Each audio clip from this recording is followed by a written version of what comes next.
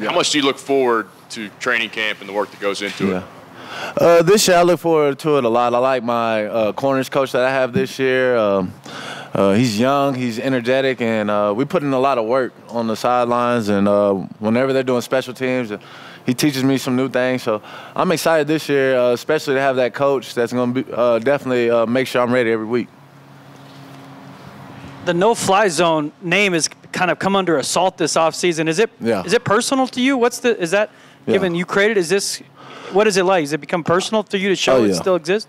I mean, as soon as I didn't get none of my accolades last year and we didn't make the playoffs, it's been personal all offseason. So now I'm at the position where, and I think in OTAs I've showed that I'm the real deal and that I've gotten better. And every year I've tried to improve, and that's something that I tried to do this year, and I think I did. And I'll be covering the top receivers every week. So the role is different with a key, but we didn't have to follow. We had two guys that played a lot of football, that's played a lot of top receivers around the league. Now this year, I'll be able to take on the top guy most of the time every week this year. What is the key for the group to succeed at the level?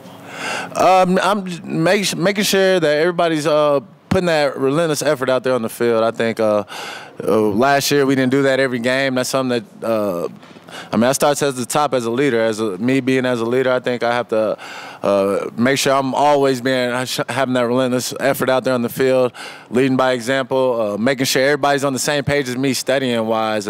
Everybody's thinking the same way how I think in the field. I think if I can get guys to think like that, prepare like how I prepare, I think that'll give us the best chance to win every week. You worked with Roby in the offseason. How confident are you in him in stepping up to the next level, as well as Tremaine Brock, too, moving up to the next level? Ro put in work this offseason. He definitely, I think he grew up this offseason. He kind of take that next step. You kind of got to take that next step, come into your own. That's what I call it. I feel like he came into his own this offseason. Now it's time for him to prove it on the field in training camp and be consistent. It's always about being consistent when you haven't started all 16 games. It's totally different than just playing, coming in on third downs. It's totally different. So he just has to be consistent every day, continue to work hard, and just play with confidence. Couple of questions. First, to follow up on Roby, Brennan Langley was working with you in the offseason as well. How far has he come? And second, from going against this offense every day, what about it looks different than last year? Man, should I go with Langley? Langley, he's improved a lot. I think last year was just so fast for him. And, we had an older corners coach, man. It's hard. We have a older coach, it's hard to relate to a player. So now we have a younger coach.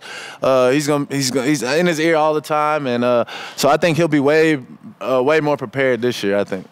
Going against the offense, Case Keenum, man, he gets the ball out fast. He understands where to throw the ball.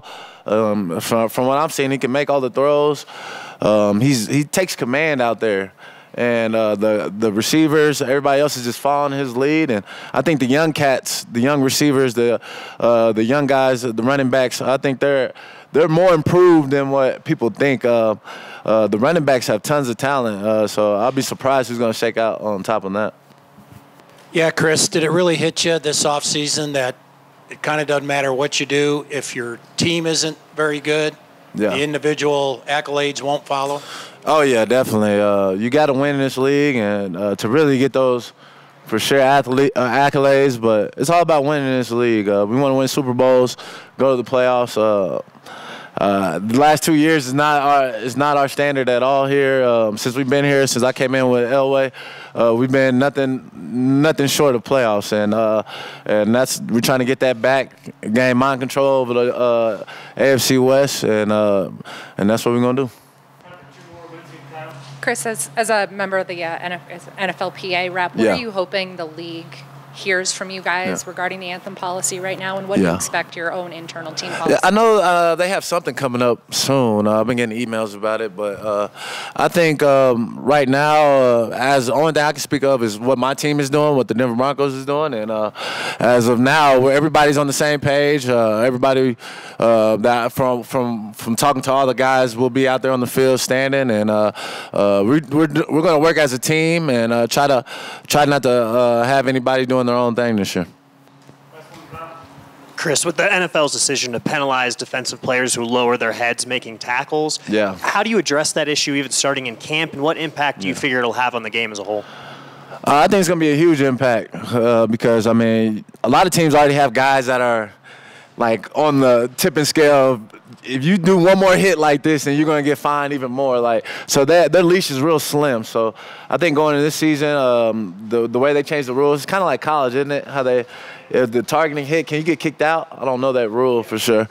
But I can see that happen a lot this year. I definitely, I know we're going to preach and practice hitting low and try to hit them with our eyes up, but I see that's going to be a huge problem this year just because the NFL is so violent. It's so hard to slow down. So when somebody runs a slant in the middle of the field, it's hard to tell a safety to slow down and not try to kill that guy. So it's going to be total. It's going to be a huge impact, I think. So guys got to be slower and think about how they're going to tackle now. Yep.